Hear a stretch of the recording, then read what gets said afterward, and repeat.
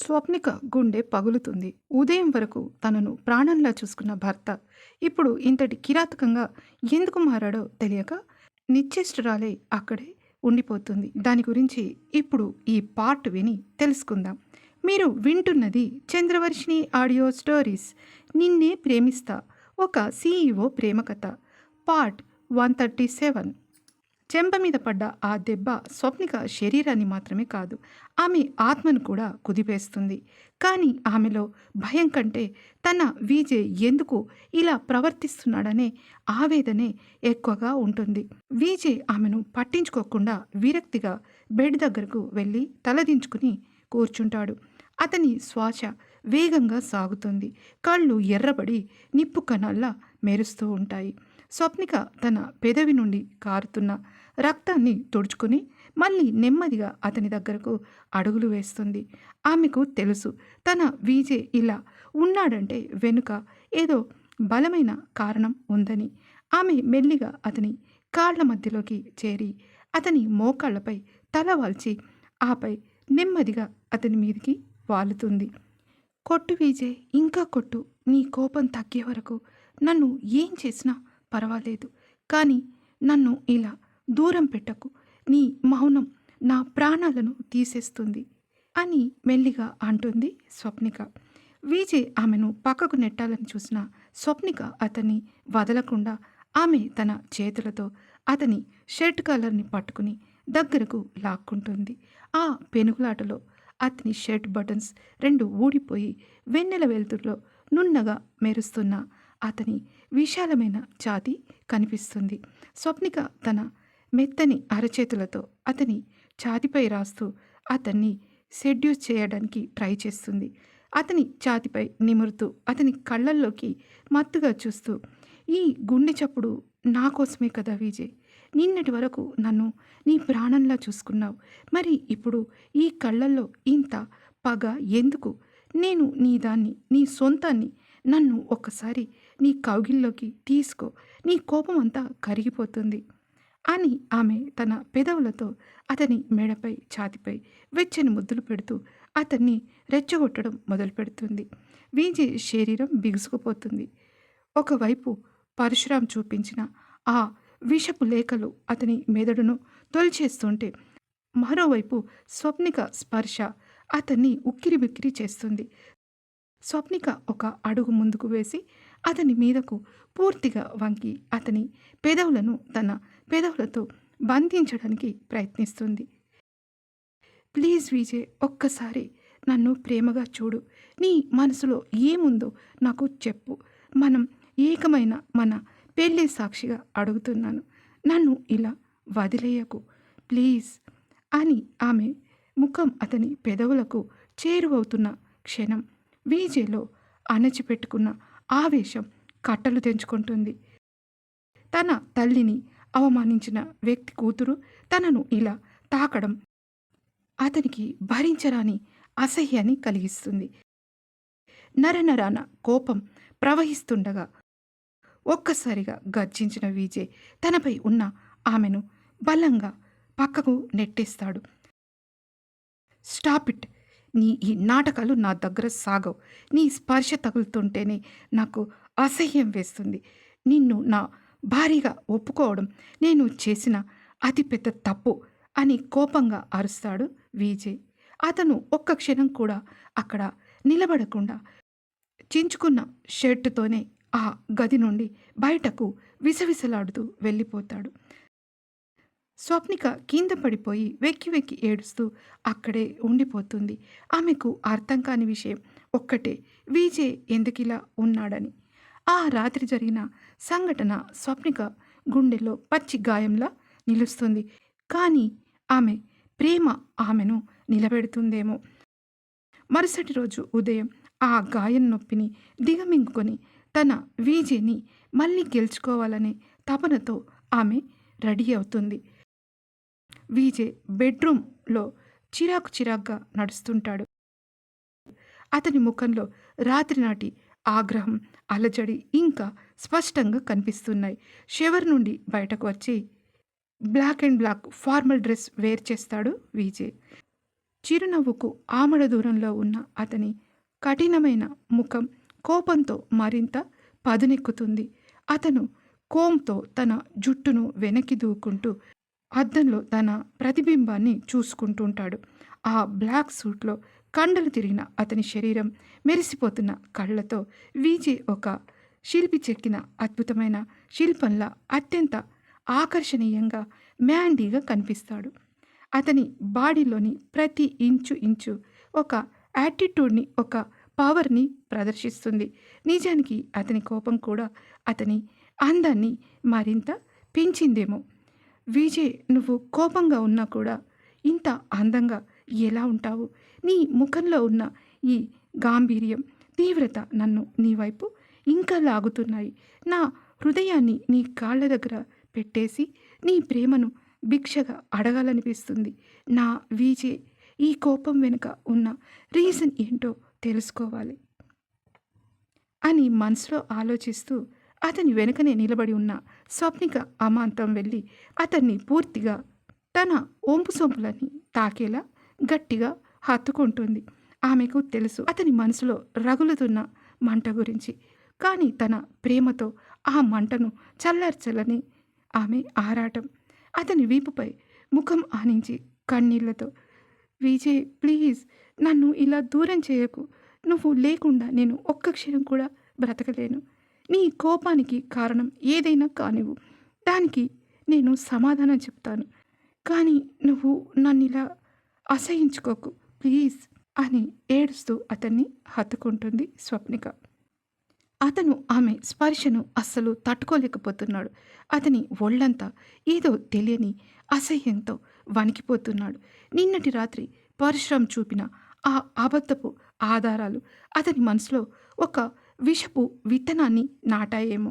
వెంటనే తన నుండి ఆమెను వేరు చేస్తూ విసురుగా పక్కకు పడేస్తూ, నన్ను తాకకు, నీ స్పర్శ తగిలితేనే నాకు ఒళ్ళంత మంటలా ఉంది అని అతను తన వైపు చూడకుండానే, ఆమె వైపు తిరగకుండానే కోపంతో నిప్పులు కక్కే కళ్ళతో అద్దంలోంచి ఆమెను బెదిరిస్తాడు.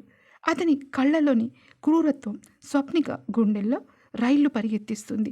పళ్ళు కొరుకుతూ కఠినంగా, లుక్, మరోసారి నన్ను తాకావో చంపి బొంద పెడతాను. నా కళ్ళ ముందు నుండి వెళ్ళిపో అని అంటున్న అతని ఒక్కొక్క అక్షరం కూడా మాట్లాడకుండా స్వప్నిక కన్నీళ్లతో నిశ్చేష్టురాలై అక్కడే నిలబడిపోతుంది. విజయ్ అక్కడి నుండి కోపంగా కిందికి వెళ్ళిపోతాడు. బ్రేక్ఫాస్ట్ కూడా చేయకుండానే తన కారు ఎక్కి ఆఫీసుకు దూసుకుపోతాడు విజయ్. విజయ్ తన ఛాంబర్లో కూర్చుని ఉన్నాడే కానీ అతని కళ్ళ ముందు అక్షరాలు నాట్యం చేస్తున్నాయి. ల్యాప్టాప్ స్క్రీన్ మీద ఉన్న రిపోర్ట్స్ ఏవి అతని మెదడుకు ఎక్కడం లేదు. విసుగ్గా దాన్ని టప్మని మూసేసి కుర్చీలో వెనక్కి అనుకుని కళ్ళు మూసుకుంటాడు. నిన్నటి రాత్రి దృశ్యాలు, పరశురాం మాటలు అతన్ని వెంటాడుతున్నాయి. అంతలో డోర్ నాక్ చేసిన సౌండ్ వినిపించడంతో కమిన్ అంటాడు గంభీరంగా విజయ్. కాశీ లోపలికి వచ్చి నిన్నటి మీటింగ్ ఫైనల్ రిపోర్ట్ ఫైల్ ఇచ్చాడు. కాశీ, నా మూడ్ బాగలేదు, నా ఫైల్ నువ్వే చూసి ఓకే చేసే అని చెప్పి పంపించేస్తాడు. గదిలో మళ్ళీ నిశ్శబ్దం. కానీ 10 నిమిషాల తర్వాత గాలిలో ఒక పరిచితమైన సుగంధం. అది స్వప్నిక పరిమళం. విజయ్ మెల్లిగా కళ్ళు తెరుస్తాడు. తలుపు తీసుకుని స్వప్నిక లోపలికి రావడం చూసి తెలియకుండానే సీటులో నుండి టక్కున లేచి నిలబడతాడు. ఆవేశం, ఆరాటం కలగలిసిన మనసుతో ఆమె వైపు 2 అడుగులు వేస్తాడు. అంతే, స్వప్నిక పరుగున వచ్చి అతన్ని గట్టిగా హత్తుకుంటుంది. ఆమె కన్నీళ్లు అతని షర్టును తడిపేస్తున్నాయి. ఏడుస్తూ అతని ముఖాన్ని ముద్దులతో ముంచేస్తూ, I'm sorry Vijay, I miss you so much. నన్ను ఇలా వదిలేసి రావద్దు, ఈ దూరాన్ని నేను భరించలేను అని గట్టిగా ఏడుస్తూ అతన్ని చుట్టేస్తుంది స్వప్నిక. ఆమె స్పర్శ తగలగానే విజయ్లోని కఠినత్వం మంచులా కరిగిపోతుంది. తన కోపాన్ని, ఆ అనుమానాలను పక్కన పెట్టి ఆమెను తన కౌగిట్లో గట్టిగా నొక్కేసుకుంటాడు విజయ్. ఆమె పెదవులను తన పెదవులతో బంధించి సుదీర్ఘమైన ముద్దుతో తన ఆవేదనంతా మర్చిపోతాడు. ఆమె పెదవులను అందుకున్న క్షణం ప్రపంచం ఆగిపోయింది. ఆ ముద్దులో క్షమాపణ ఉంది, ఆరాటం ఉంది, అంతకు మించి విడిపోలేమన్న భరోసా ఉంది. ఆమె నుదిటిపై తల ఆనించి బాధగా, ఐఎమ్ సారీ స్వప్ని, నిన్ను చాలా ఇబ్బంది పెట్టాను. ఆవేశంలో ఏం చేస్తున్నానో తెలియలేదు. నువ్వు నన్ను అలా సెడ్యూస్ చేస్తుంటే ఆ కోపంతో నిన్ను కొట్టేశాను. నన్ను క్షమించు అని బాధగా అంటాడు విజయ్. మంచి పని చేసావు మరి అని అంటుంది స్వప్నిక. అంతే వింతగా చూస్తూ ఏంటి అని అడుగుతాడు విజయ్. "ఆహా, ఏం లేదు విజయ్, ఏం లేదు. ఈరోజు నైట్ నుండి కొన్ని రోజులు నువ్వు వేరే రూమ్లో పడుకో. కావాలంటే ఆఫీస్కి వచ్చాక నీ ఇష్టం" అంటూ కళ్ళు మూసుకొని అతని గుండెకు ఆనుకుంటుంది స్వప్నిక. ఆమె మాటల్లోని ఆ చిలిపితనం విజయ్లో మత్తును పెంచుతుంది. ఆమెను అమాంతం చేతుల్లోకి ఎత్తుకొని తన చాంబర్ వెనుక ఉన్న పర్సనల్ రెస్ట్ రూమ్లోకి తీసుకెళ్తాడు. బెడ్ మీద ఆమెను మల్లెపువ్వులా చాలా సున్నితంగా పడుకోబెట్టి తన టైని విసిరేసి షర్ట్ బటన్స్ తీస్తూ ఆమె పక్కన చేరిపోతాడు. అతని కళ్ళల్లో కోరిక కంటే తన భార్యను తనలో లీనం చేసుకోవాలనే తపన ఎక్కువగా కనిపిస్తుంది. ఇద్దరి ఒంటి నుండి ఎప్పుడో వేరైన బట్టలు బెడ్ పక్కన కుప్పలా పడిపోతాయి. విజయ్ మెల్లగా వంగి ఆమె వేలి చివర్ల నుండి ముద్దులు పెట్టడం మొదలు పెడతాడు.